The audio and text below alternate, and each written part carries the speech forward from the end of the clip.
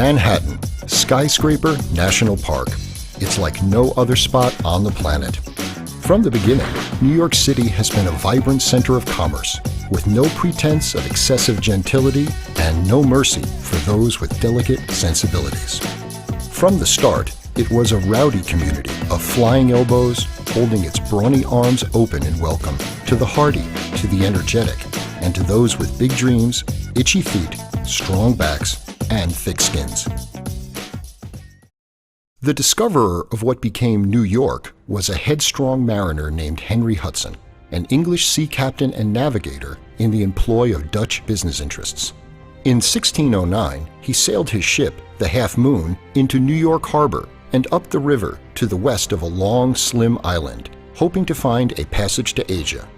When his voyage stalled at what is now Albany, he turned around, sailed back down the river and out to the sea through the harbor. Before long, the enterprising Dutch decided that the fine harbor and wooded islands he discovered was ripe with opportunity to exploit Europe's growing demand for fur. What the Dutch called the New Netherland colony began as a harsh, desolate trading outpost in an untamed land, but by the 1650s it became a bustling, prosperous settlement devoted to capitalism and freedom. The new colony eventually lured thousands of displaced men and women to a bold new life. It was a spirited, pulsating environment, in many ways like the New York of today. Sharing the continent with both the Indians and English settlements in New England and Virginia, the thriving New Netherland colony lasted until August 27, 1664. That was the day a fleet of warships entered the harbor, aimed its cannon at the little fort at Manhattan Island's southern tip, and demanded the surrender of the colony to the English Empire. As the English flag first fluttered over what the invaders promptly renamed New York, English soldiers found 48 thick, leather-bound volumes of deeds, wills, the minutes of meetings, petitions, contracts, and correspondence, the meticulously maintained, handwritten autobiography of America's first multicultural society. The English found those painstakingly maintained documents most valuable in their use in substantiating land titles. More than a century after the English took final possession of New Netherland, as all 13 British colonies erupted in rebellion against English rule, the documents were gathered and deposited for safekeeping in the holds of 2 British warships in New York Harbor. After passing into the hands of the English, and then the new American government, the records endured countless hazards. They were threatened by damage from water, ship rats, and fire. By movement of the volumes between New York and Boston, many were simply lost. Ultimately, the documents found their way to the New York State Library in the Capitol in Albany by the 19th century. In March 1911, the state capitol, containing the state library, caught fire, destroying 450,000 books and 270,000 manuscripts, including some of the Dutch colonial papers.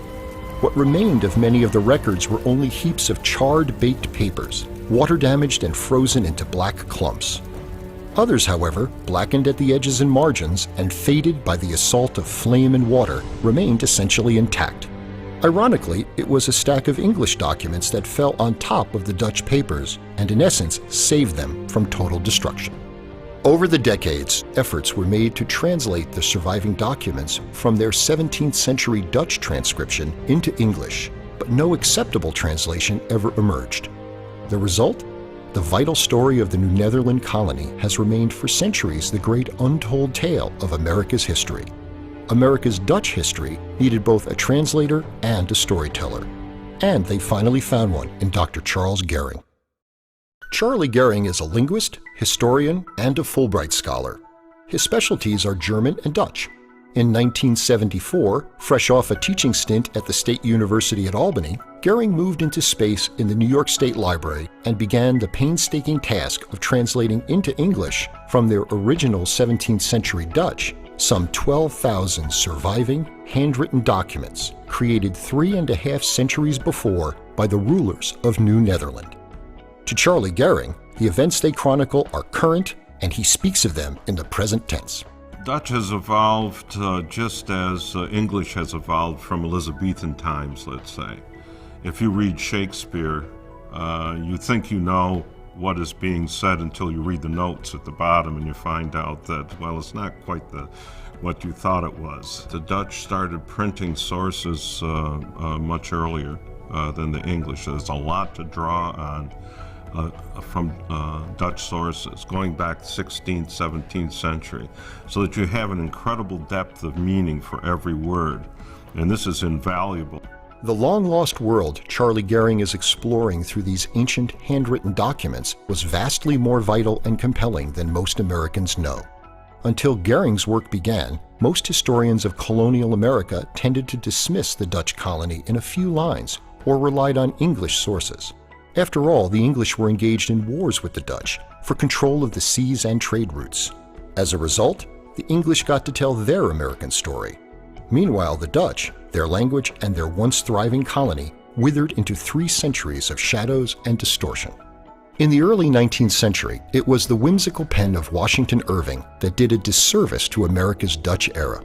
With stories like Rip Van Winkle and The Legend of Sleepy Hollow and his fictional history of New York, Irving used America's Dutch experience to become America's first best-selling author. But his quaint caricature of America's Dutch period entered the general imagination as fact. The cultural heritage of the Dutch boiled down to the fanciful buffoonery of its Knickerbocker image. New Netherland has been called the Forgotten Colony, a lost world, and history's debutante.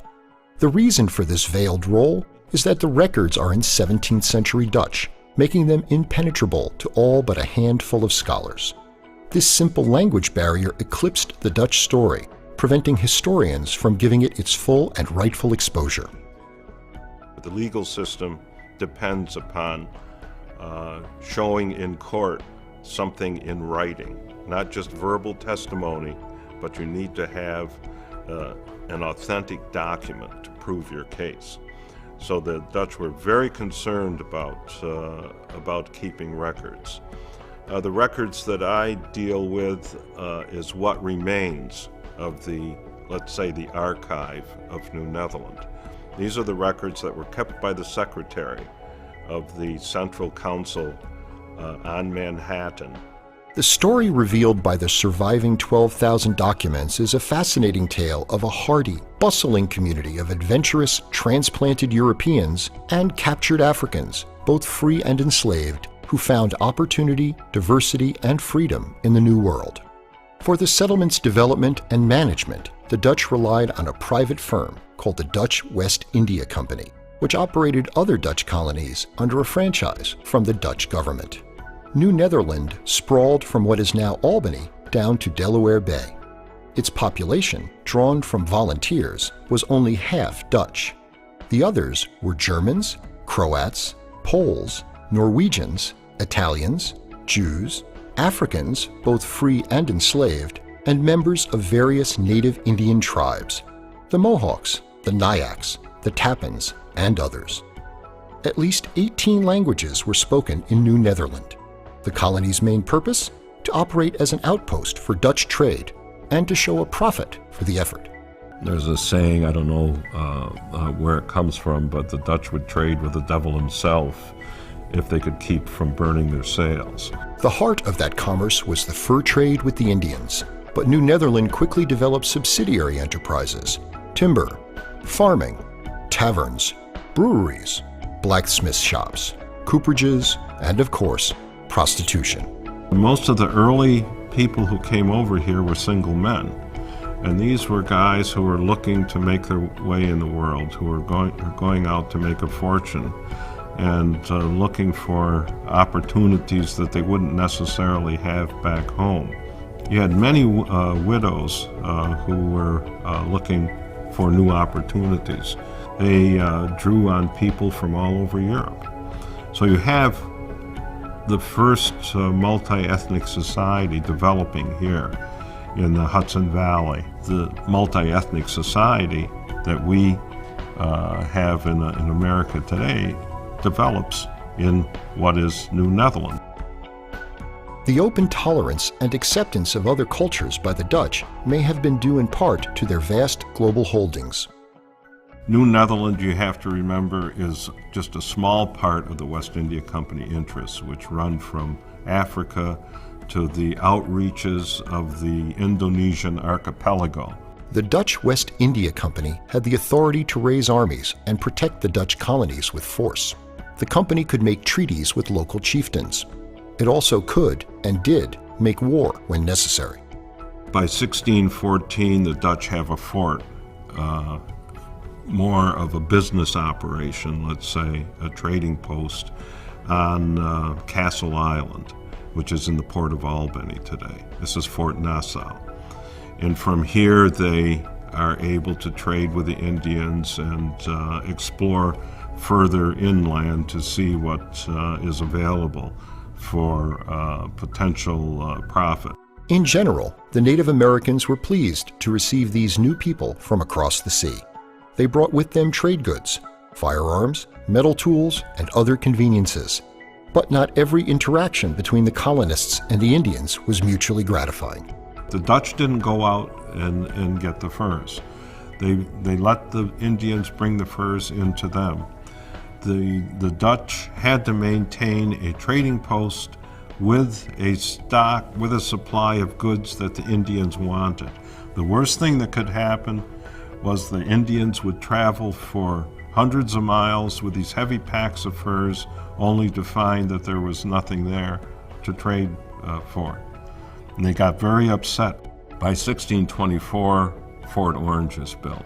Fort Nassau was wiped away in 1617 by a flood in the spring, so that there was really no trading post for a number of years until Fort Orange was built. And these are the first settlers that come over. 18 families settled in this area. But unfamiliarity on the part of the Dutch with the ways and customs of the Indians sparked strife with the Mohawks. Just at this time, Peter Minuit arrives in the colony. He becomes the new director, 1626, purchases. When he comes up here, he sees the danger of the situation and removes all of the families to the south for their safety. And where do you put them? He puts them on Manhattan, which he purchases from the local Indians in 1626, and this is how Manhattan begins its settlement. And no, contrary to popular legend, Peter Minuit did not purchase Manhattan for $24. In the fall of 1626, a letter home from a New Amsterdam settler mentions the purchase. He tells that people are living well on the island, women have given birth, crops have been planted and cultivated and harvested, and the island has been purchased for 60 guilders. So it would have been 60 guilders worth of trade goods. It would have been a large amount of axes, knives, awls, mirrors, tools, iron tools that they couldn't produce themselves. Also, the Indians had no intention of going anywhere. The trade goods bought the Dutch only common use of the land with the Indians, who were already in place. The Indians, in the beginning, they have no idea what the Dutch are up to or what Europeans are up to when they say they want to buy land, because nobody can buy the earth. What they were negotiating away was the rights to use the land for a period of time. Then they would come back and they would want to have these rights renewed and so forth, and gifts had to be exchanged. As an early director of the Dutch colony, Minuit had a profound effect on its development. But he had enemies in both Europe and New Netherland, and was eventually fired from the job. He responded by accepting the post of director of a rival Swedish North American colony near what today is Wilmington, Delaware. Unfortunately for Minuit, on an ocean journey back to Europe, the man who'd purchased Manhattan for the Dutch stopped to dine with a friend aboard a Dutch ship. When a storm came up, the Dutch vessel, with Minuit aboard, fell victim to the storm's ravages. The Swedish ship makes it back to Sweden with the second in command, but Minuit has gone to the bottom. Minuit's downfall occurred because he favored New Netherland developing as a community of committed settlers rather than as a mere trading post. The fall of the Dutch colonial empire in Brazil ended up accomplishing what he wanted to see happen in North America. During the 1650s, settlers flooded into New Netherland instead of Brazil, until its population reached almost 10,000 people. Clearly, such a surging community needed a strong hand to manage it. That strong hand was about to appear. Peter Stuyvesant, or Petrus Stuyvesant, as he called himself once he'd earned a university education and had been exposed to Latin, was born in 1610 and thrived in the employee ranks of the West India Company as a soldier.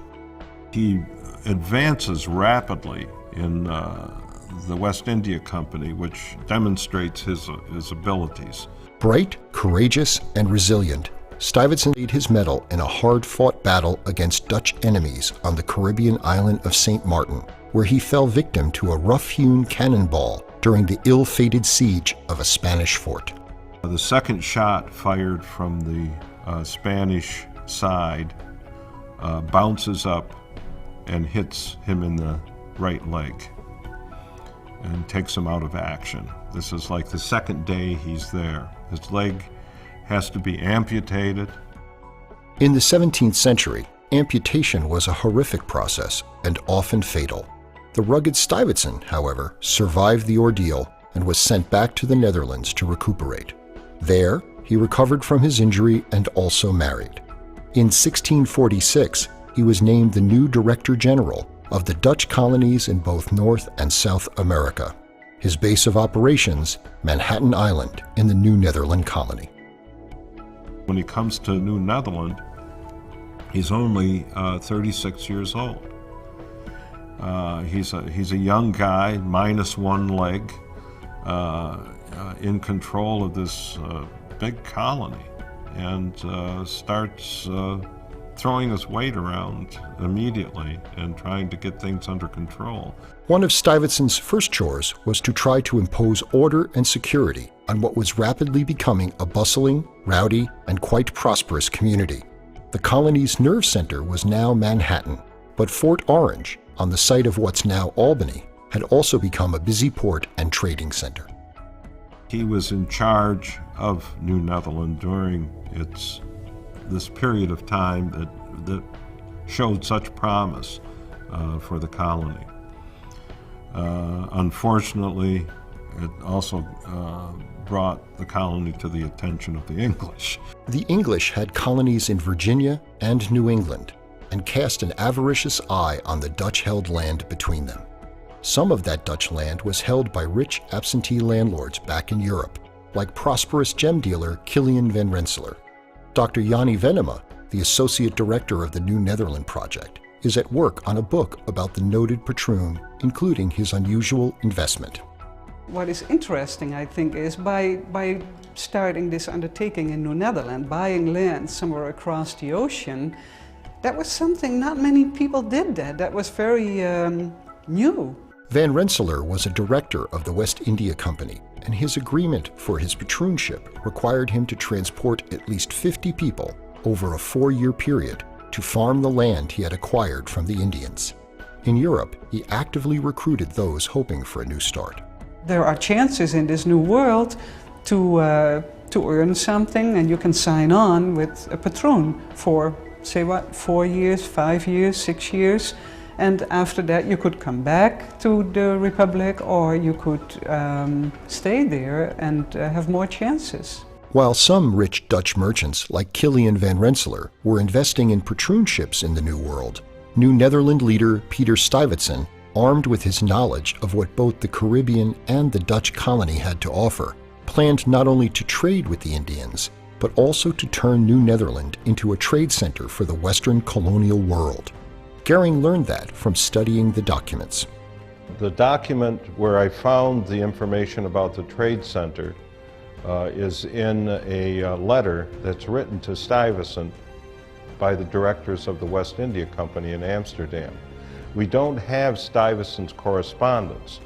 That's all been lost, but we have the replies of the directors of the West India Company to his correspondent. He could only do what they approved, but he had a time delay because it took so many months for his proposals and his letters to get to the directors, and in the meanwhile he could pretty much do what he wanted until they objected to it, and then he would have to stop.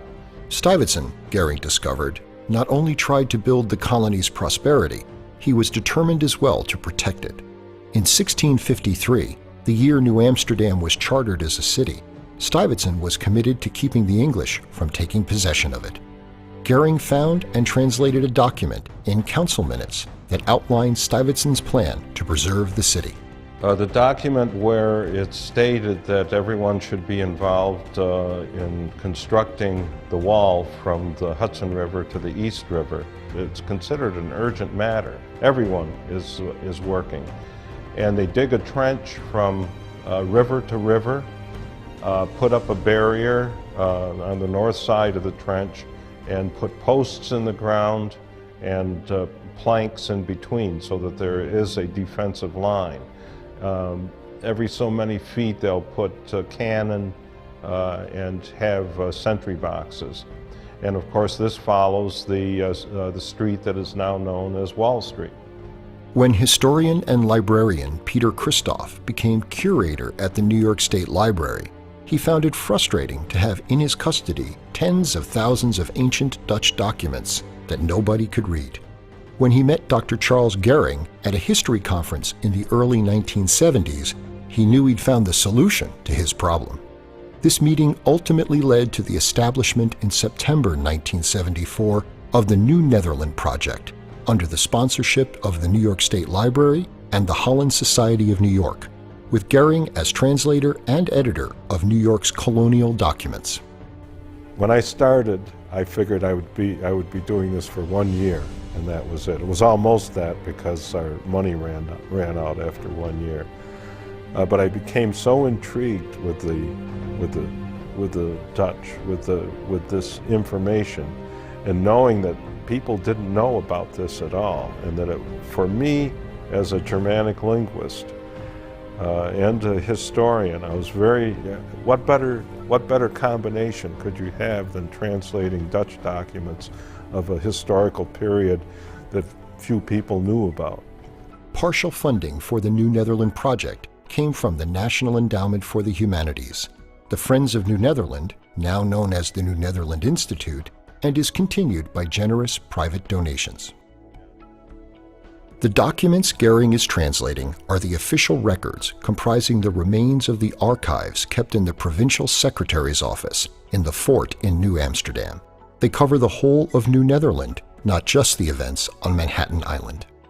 Everything that we translate is published by Syracuse University Press.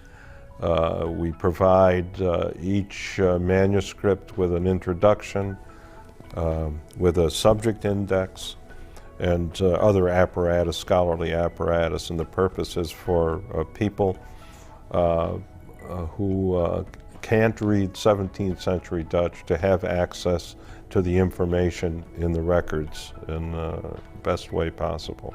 I used to do this in longhand back in the dark ages before computers and so forth. I did everything on yellow legal pads.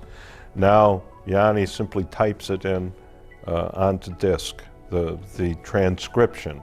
We do a transcription exactly as it's laid out on the page. After the transcription is made, I get a printout of the transcript and I start translating. Already at that point, we're starting to work on problems of translation. But the major problem is what's missing.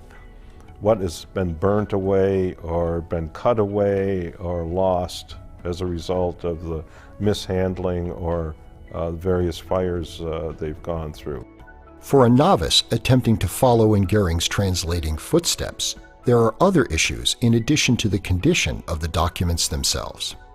This is the first obstacle that a student, for example, runs into if they want to learn 17th century Dutch, is cracking the code of the handwriting. But it can be learned, and it's not impossible.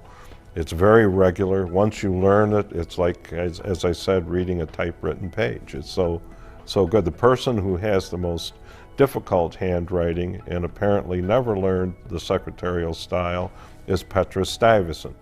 His handwriting is very, very difficult. Washington Irving's whimsical literary image of the New York Dutch is undergoing a stark transformation as the New Netherland Project translation unfolds. People have taken this satire to be history, unfortunately. Dutch devolve into this fat burger sitting on his porch, smoking a clay pipe and watching the world go by, as if all of the Dutch were of that sort in New Netherlands, that you couldn't really take them seriously. The textbooks from the time I was growing up would dismiss New Netherland in just a couple of words. Minuet bought the island for $24, Stuyvesant had a wooden leg, and then you're on to the revolution. And that was basically it. And now we can tell a much more interesting story. Part of that story is that long before there was an Abraham Lincoln, there were Dutch emancipators on the North American continent, freeing slaves who had been taken from Spanish and Portuguese ships by Dutch soldiers and sailors. Goering discovered in council minutes that the Dutch began freeing captured slaves in 1648. Almost a year after the English take over in 1665, in the last volume of council minutes, in April of 1665, Stuyvesant is just about to leave to return to the Netherlands to defend his actions of surrendering New Netherland. He draws up a document to show that the blacks who are living on these farms along the road to his Bowerai are free, are freed slaves, are manumitted slaves. And they go through each family mentioning their names and when they were manumitted and where the location of their land is. They want to make it very clear to the English, when the English come in, that these, just because they're black doesn't mean they're slaves. If I were to say one thing that probably had the most significant impact on the Hudson Valley and the territory administered by the Dutch, is the variety of people they brought over here. Here you have Germans, you have Slovaks, you have Poles, Lithuanian Jews, and Scandinavians, French, all living in communities with one another. And they are forced to make accommodations according to the cultural values that they bring over with them. It is the Dutch who introduced a melting pot of humanity that took root in the Hudson and Delaware Valley. Today, people from many nationalities thrive among the hustle and bustle of present-day New Amsterdam, now known as Manhattan, the financial capital of the world, and also Fort Orange, now known as Albany, the place where Charlie Goering is meticulously translating the lost Dutch documents and finally revealing to the world a story that has remained untold for far too long.